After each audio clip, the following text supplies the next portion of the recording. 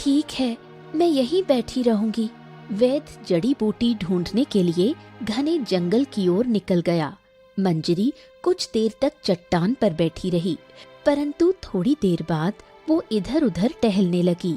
अचानक मंजरी की नजर दूर एक विचित्र गुफा पर पड़ी।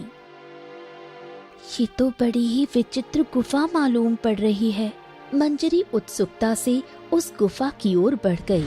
उधर दूसरी ओर राजा रतन सिंह अपने सेनापति के साथ घने जंगल से गुजरते हुए उसी गुफा के पास पहुंचा।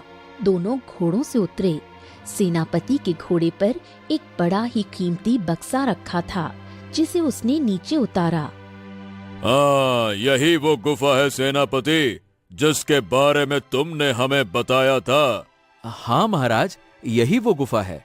यहाँ पर यह खजाना सुरक्षित रहेगा। इस गुफा के अंदर डर की वजह से कोई भी नहीं आता।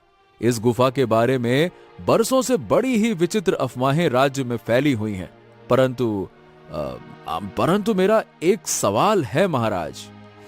बताओ, कैसा सवाल?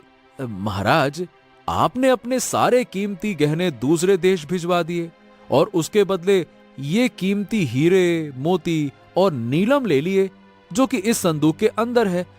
मेरा मतलब ये कि आपने ऐसा क्यों किया महाराज? सेनापति, इस संदूक के अंदर बेशकीमती हीरे, मोती और नीलम रखे हुए हैं।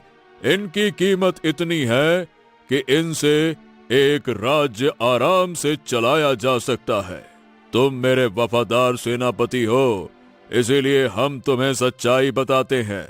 तुम्हें हमारे राज्य का वो मंत्री याद है ना, जिसने विद्रोह किया था? हाँ, क्या आप मंत्री जगन्नाथ की बात कर रहे हैं महाराज? बिल्कुल वही। लेकिन आपने तो उसे राज्य से निष्कासित कर दिया था और अपमानित करके महल से बाहर निकाल दिया था।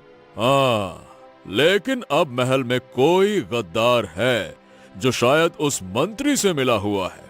बात यह है कि कुछ समय से राज भंडार से खजाना धीरे धीरे चोरी हो रहा था। इसीलिए मैंने सारा खजाना दूसरे देश भिजवाकर उसके बदले ये कीमती रत्न खरीद लिए। जब तक मुझे महल के उस गद्दार का पता नहीं लग जाता, तब तक मैं चाहता हूं कि यह खजाना सुरक्षित रहे। अब मुझे समझ में आया महाराज। चलिए, अब गुफा के अंदर चलते हैं। आइए आइए। राजा रतन सिंह और सेनापति गुफा के अंदर प्रवेश कर गए। कुछ देर बाद राजा रतन सिंह और सेनापति गुफा के अंदर खड़े थे। जैसे ही राजा रतन